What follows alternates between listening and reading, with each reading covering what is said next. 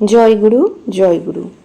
ফরিদপুর জেলার ঘড়িসারবাসী ভক্তগণের আকুল ইচ্ছা তারা ঠাকুরকে তাদের গ্রামে নিয়ে আসেন, কিন্তু প্রজ্ঞানন্দজি মঠে গৃহ সংস্কারের জন্য 500 টাকা দিতে হবে, তবেই ঠাকুরকে আনা যাবে বললেন। ভক্তগণ চাঁদা তুলে অতি কষ্টে 250 টাকা তার হাতে তুলে দিলেন আর মনোকষ্টে দিন কাটান। অন্তর্যামী ঠাকুর সবই জানতে পারলেন।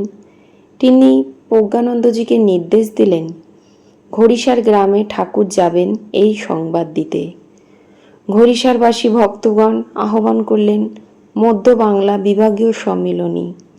এই সম্মিলনী বিশেষ বৈশিষ্ট্য এ যে শ্রী ঠাকুরকে শুধু একটিবার দর্শন করা। পরম ভক্ত মনমোহন কর্মকার ঠাকুরের শুভাগমন উপলক্ষে একটি সঙ্গীত রচনা করলেন। ধন্য হইল ধরণী তোমার রাতুল চরণ পরশিয়া। এই গানটি গাইতে গাইতে ভাবে বিভোর হয়ে ভক্তগণ অশ্রু বিসর্জন করতে লাগলেন। তারপর ঠাকুর একে একে চট্টগ্রাম, সন্দ্বীপ, আমেলাইস প্রভৃতি স্থানে পরিভ্রমণ করেছিলেন। জয়গুরু জয়গুরু।